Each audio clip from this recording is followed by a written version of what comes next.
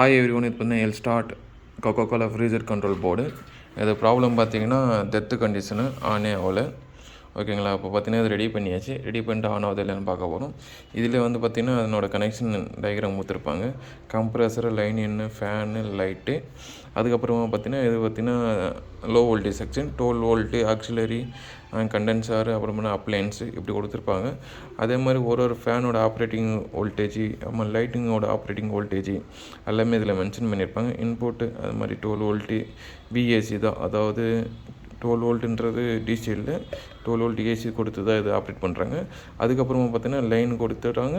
லைன்லேருந்து 12 கம்ப்ரஸருக்கு பார்த்தீங்கன்னா எல்லாமே இது ஏசி சப்ளைக்கு தான். இது ஜஸ்ட் ஒரு கண்ட்ரோலிங் போர்டு தான். இந்த போர்டு இப்போ பார்த்தீங்கன்னா ஃபுல்லாக ரெடி பண்ணியாச்சு. ஆன் பண்ணி பார்க்குறோம் ஆன் ஆகுதா இல்லையான்ட்டு. இப்போ பார்த்தீங்கன்னா ஆன் ஆயிடுச்சு.